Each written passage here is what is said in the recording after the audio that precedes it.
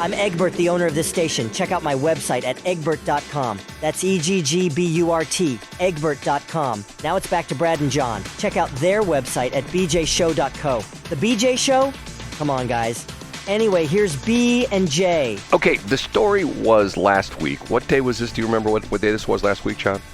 It happened overnight Tuesday into early Wednesday morning. I sent it to you last week. That Nelly was out at the Hollywood casino, and apparently he won a big jackpot. And the way it works when you win the big jackpot, you got to go like in the back room. Do you know about this?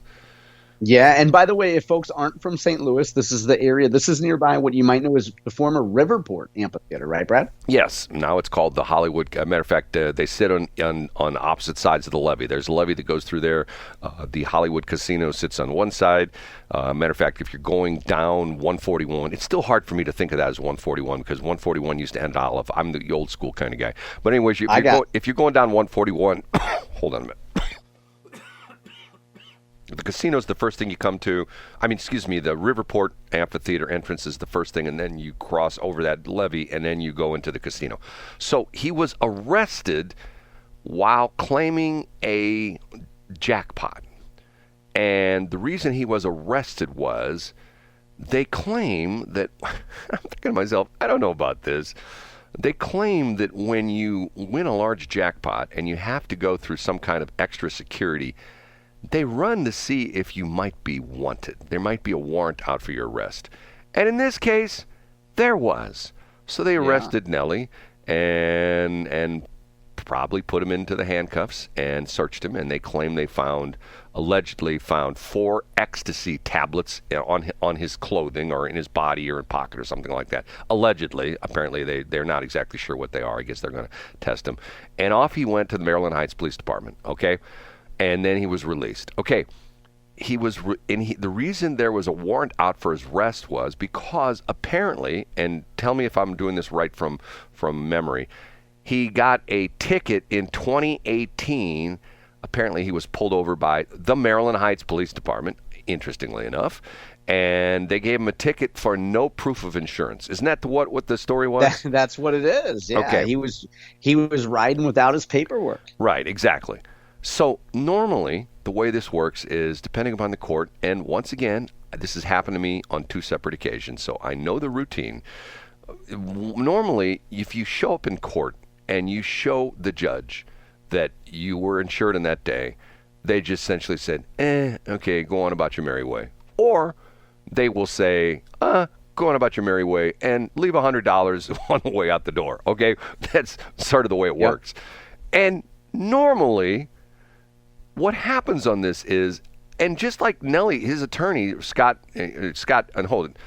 Rosenbaum, who works part time at KWMU. No, he works part time at KWMU. There's 2 Rosenbaums that work over there. It's Jason and Scott. Isn't that the way it works? For a minute, I thought you were actually wrong. But that's funny. Yeah, the attorney Scott Rosenwood. Okay, he essentially says this is kind of bogus because, and I'm with him 100%. First off, here's the thing. Boys and girls, gather around the radio because old Uncle Brad's going to tell you, if you don't show up for court, and usually it's something stupid like a no left turn or something like that, the judge puts out in the system a warrant for your arrest for FTA, failure to appear. Okay? Even if it was something like you dropped your candy bar wrapper on the sidewalk. Jaywalking or littering. Right. Something as innocuous as that. Once you don't show up for court, I'm not going to court. I'm not paying that stupid fine. That was a stupid ticket. The judge is like, because let me tell you this. I tell you this from experience, okay? What do judges in municipal courts, what do they not want you to do? They don't want you to show up because they have to deal with you. If you don't show up, they deal with you by just sticking you in the court system and putting a warrant for your arrest.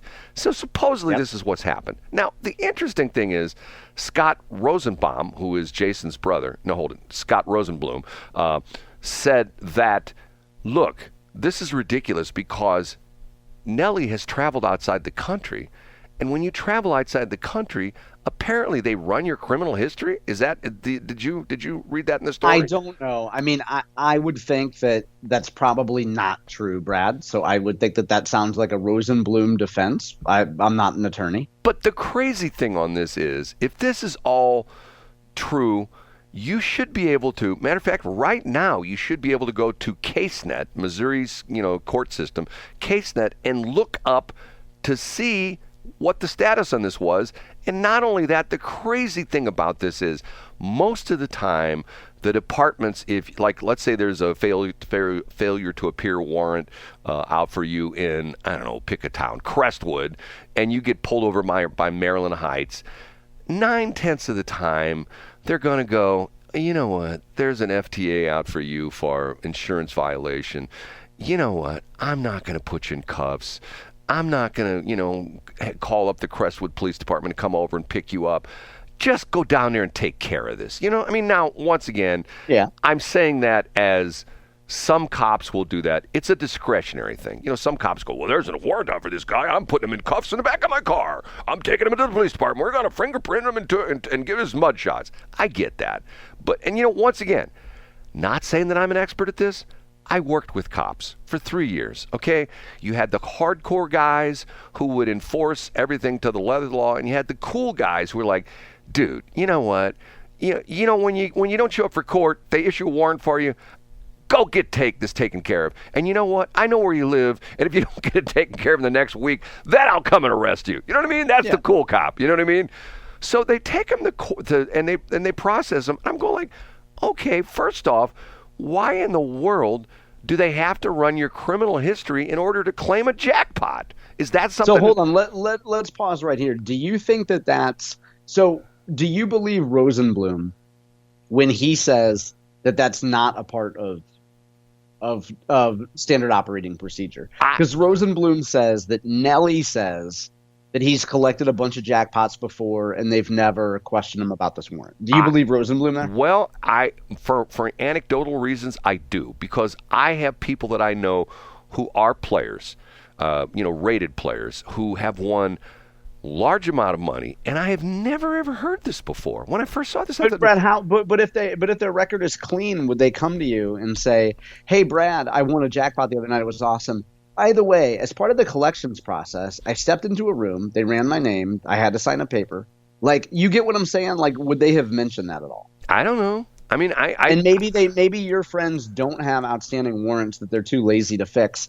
And also, Brad, maybe Nelly has actually won jackpots at this exact same casino before, large jackpots, and the people who distributed the money were like, "Oh, Nelly, you're Cornell Haynes. You once had a tryout with the Cardinals. I heard that urban legend. Wow, you sing songs that white girls like. Here's your money."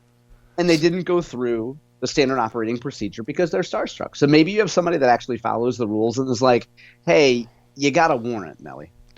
See, this is what drives me nuts about government and law enforcement is, and to a certain extent, you're gonna cringe when I say this. To a certain extent, this is what was brought to light by the Michael Brown thing in Ferguson, a lot of the North County munis.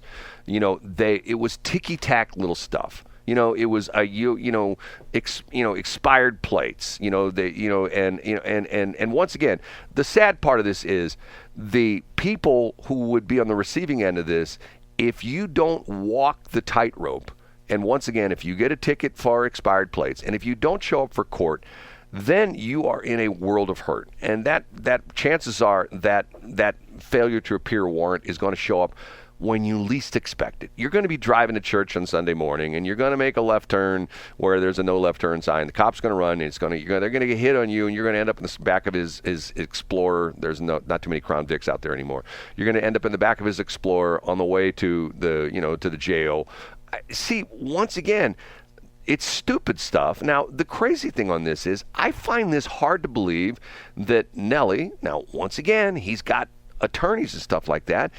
I know people who are not in the realm of Nelly who have their attorneys on speed dial. You know who would be the guy who would talk to about this, but he probably Mark McCluskey. No. The guy who would talk to about this, but I don't know if he'd go on the air, is Mike Carter.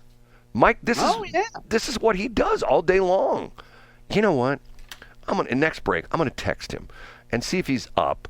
Wouldn't be interesting to get him on the air because he deals with this all day long. This is what part of his law firm does, and he probably knows these laws inside and out. He probably knows this whole case with the. I say, not because it's Nelly. If it were John Combest. Well, maybe if it were John Combest, like, oh, John got arrested at the casino because he had an FTA on him. That's funny. No, I wouldn't say that. I would say this is ticky-tack, crappy little stuff. The dude won money. Let the guy, once again, they should have said to him, hey, Cornell, you know what? We ran your criminal history, and there's a warrant out for you. It's for you didn't show your insurance card back in 2018. You know what? Here's your money. Tomorrow morning, when you wake up, or tomorrow afternoon, wherever you wake up, go over to Maryland Heights and take care of this for me, will you? You know what I'm saying? But if you have I do get it. And I can't say we all, many of us have had incidents with jerk cops. I won't use, an orifice reference, but many of us have dealt with orifice type cops before who are on a power trip, who want to flex. And maybe that's what happened here. Two things that stand out to me, though, Brad. How are you, Nelly, or any functional adult, and you have an incident like this that's on your quote-unquote record, and you don't handle it? How do you not take a day? And I know Nelly's a celebrity, and he's super busy, and he's hanging out with Ashanti, and he's doing reunions and whatever the hell he does. But I don't know how you don't have somebody on your team just handle it. It was 2018. It's an insurance thing. Take care of it. That's Brad, the thing that nobody's talking about and that we've gone 12 minutes without acknowledging. Why is a man who's about to turn 50 years old, why does he allegedly have 4 ecstasy pills on him? John, you know what? That's a whole. Once again, allegedly ecstasy. Let's not say they were because it has. Sure. But let's say But I know it's a separate topic. But let's not dodge this. Why does a man that's about to turn 50 years old? Why is he holding ecstasy? Does he do ecstasy? Do his friends do ecstasy? Does he not have a low-level flunky, which the great Byron Crawford would call a weed carrier? Does Nelly not have weed carriers anymore that can handle his drugs so that Nelly doesn't have to touch drugs? Well, here, let me put it this way. I guess I'm still blown away by the fact that, and let's use another big famous musical name that's in the news, has been in the news lately, Justin Timberlake. Okay, if you're Justin Timberlake and you are worth tens of millions of dollars, maybe he's worth 9 figures, maybe he's worth hundreds of millions of dollars. Why don't you have a full-time driver? You know what I mean? Why don't you? 100%. Why don't you? 100%, Brad. Right. Do you not have a junkie? I said a junkie. Do you not have a flunky who wants to be in the music industry and hang out? Well, and by the way, how much residual moisture would you get if you hung out with Justin Timberlake on a night out on the town and you were his sober driver? Like, you think you wouldn't get his occasional leftovers? Well, why does Justin Timberlake not have a young man driving him around all the time? Or a young woman, Well, you can't have a young woman because then she'd make up a story. You'd hook up with her, and then you wouldn't call her a month later, and then she'd file some fake Me Too thing. But why not have a young man drive you around? Well, so let's get back to Nelly. Why is he carrying ecstasy on him? Allegedly. Allegedly. I don't know. I can't answer that question. See, that's something that I will. And once again, coming out of the radio business, when I started in the radio business in 1973, okay, there's a movie, and I'm going to, this is an interesting little thing that John and I have going back and forth. I'm going to say, John, you need to watch this movie. And because I said, John, you need to watch this movie, he's never going to watch this movie. Okay, but the movie is called Almost Famous, and it is an incredibly well-done movie. And essentially, it's sort of the semi-biographical, autobiographical tale of Cameron Crowe. Do you know who Cameron Crowe is? Yeah, he's an actor. No, he's a director. He's a director and producer. And what's interesting about this is you get and I've had other friends of mine who've been and keep in mind, when I first got into the radio business, the record and radio business were very, very, very closely intertwined. Okay, matter of fact, there was the trade publication that we all read. It was our Bible. It was called radio and records, and it essentially sort of documented this very close relationship that the radio stations, the record companies had. This is long before YouTube and stuff like that, where if you wanted to get an artist and you wanted to get them popular and you wanted to get them to the point where they became stars and superstars, you had to get their music on the radio. That was all there was to it. Okay, so having said that, at the time when I first got in the radio business, I was going to school and working part-time for the police department and part-time at the original KSLQ in the radio business. And I, in no way, shape, or form, wanted to, get my job at the police department in jeopardy. So I was like Mr. Straight-Laced, and I would see crap that would happen at the radio station that I would go, oh my God, I can't believe I'm seeing this. Drug deals and stuff like that. Yeah. All the time. And now I look back on this, and how many times have I talked about this? You're going to, John's going to say, well, in the last month he's talked about this 14 times. There are so many guys that I know who are, some of them even younger than me, who are dead because of the fact that in their younger years, they were doing lines of coke. They were doing, all sorts of crazy stuff. And cocaine was probably the biggest one because that was the currency of the radio and record business. If you wanted to get your song on the radio, a lot of times how you got that was they don't know how it happened, but all of a sudden a little vial of white powder showed up on the desk of the music director or the program director from a particular record rep, which we call the promo guys, and your song got on the radio. I mean, that's all it was. And yeah. It was the currency of the rock and roll industry, and unfortunately, the radio business was very much intertwined with that. So, and it's 2024. So let's bring this back to the modern day and what we're talking about now. I don't know. So it's 2024, and your point was? Well, I don't know. I mean, see, on one hand, I want to say, look, Nelly's a talented guy. And you know what? To the point where he's very successful. He's a role model for a lot of people in the St. Louis area.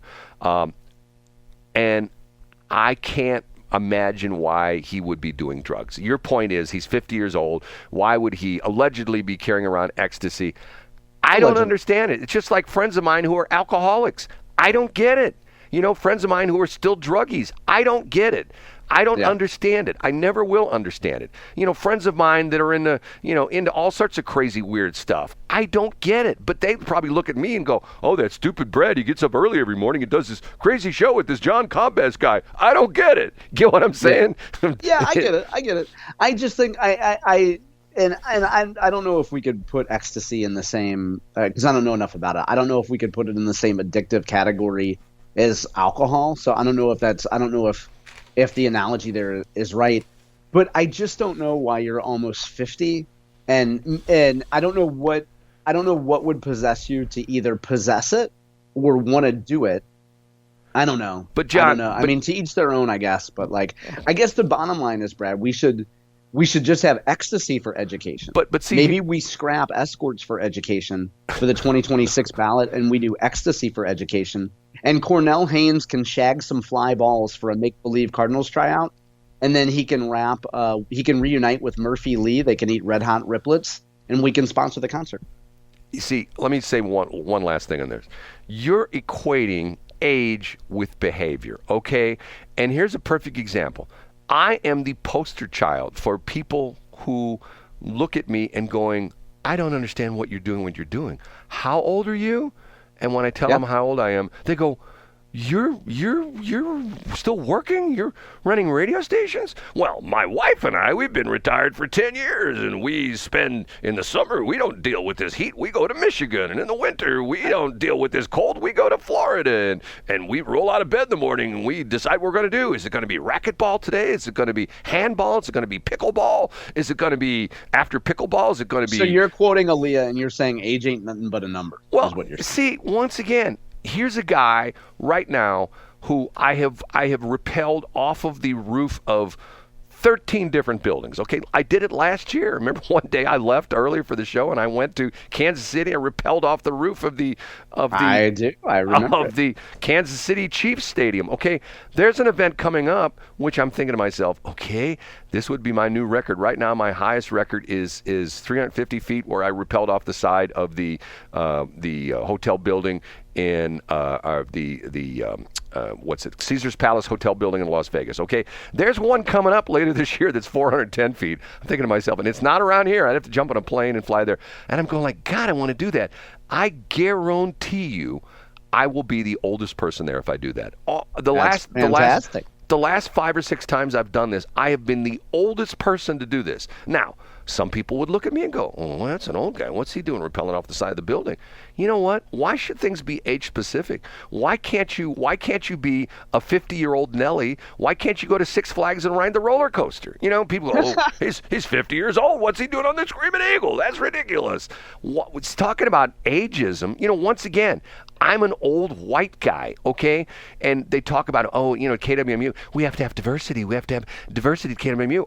I walk in, they won't hire me because they're going to go, oh, okay, well, first off, you on the air with John Combest. That's 10 strikes against you. Yeah, and sure. Second off, you're an old white guy. We don't hire old white guys. Why not? We don't hire anybody over 65. Well, I'm way past that mark. Well, so once again, if I were 35 years old and a black dude and walked in there, okay, we'll hire you. You see, once again, everybody has these biases, and your bias is, why does a guy who's 50 years old allegedly carry around ecstasy? I don't know. Maybe that's what his thing is. You know what I'm saying?